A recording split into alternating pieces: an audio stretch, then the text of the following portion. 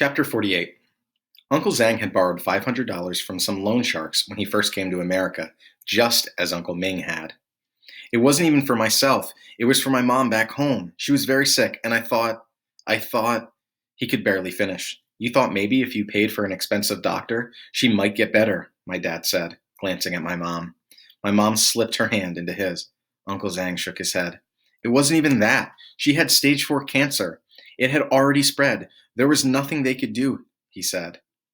So then, his eyes grew moist, his voice shaky. I borrowed the money so she could die knowing her only son was okay out there, that I had made it in America, instead of the loser. Uncle Zhang started to cry. Listen to me. You are not a loser, my dad said. None of us knew it was going to be like this out here.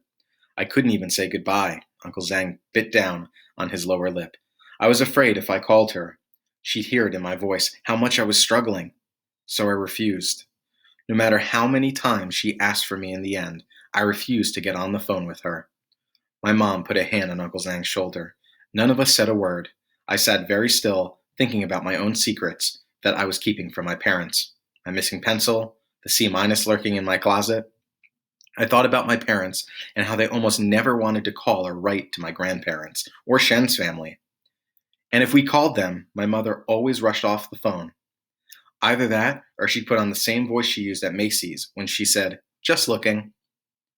As the hazy sky turned into night, my parents, Uncle Zhang, and I gazed out the window, thinking of all the things we wanted to say to our parents but couldn't.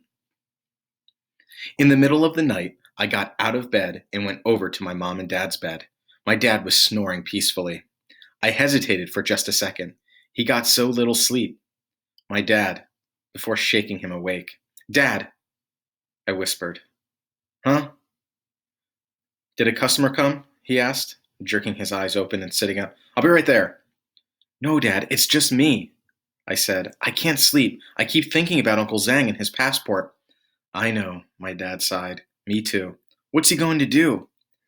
I don't know, honey, my dad said. Hopefully he can meet someone who can help him. Like who? A lawyer, maybe, my dad said. What can a lawyer do for him? I asked. My dad thought about it. A lawyer will be able to tell his employer what's what, he said. Well, why can't we tell people what's what? I asked him. He chuckled. We can, sweetheart, but nobody's going to listen to us, he said. That's not true, I thought. Hank's new employer, he listened. My dad rolled back on his side. There's nothing you can do, sweetheart, he said. Now try to get some sleep. I went back to my room, but I didn't get some sleep. Instead, I pulled out a piece of paper from my drawer and Mrs. T's big old dictionary thesaurus, which I still had from when I wrote Hank's letter. With a flashlight, I started writing. Dear employer, I am writing to you about your employee, Zhang Shiling. Mr. Zhang says, crossed out, has told, crossed out, informed me that you have, crossed out, are in possession of his passport and ID. It is wrong, crossed out, illegal to take away, crossed out, confiscate someone's passport and ID. You gotta give it back, all crossed out.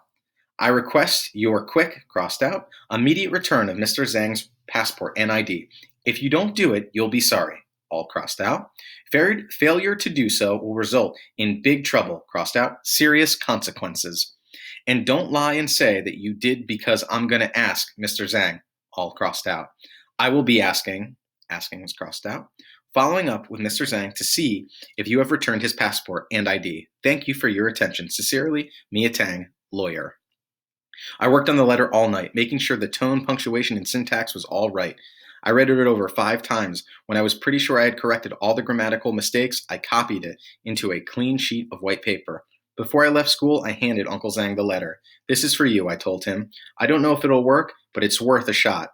I watched as his eyes danced across my writing. You wrote this? He asked. Well, I had a thesaurus, I said. Mia, this is incredible, he said. I blushed.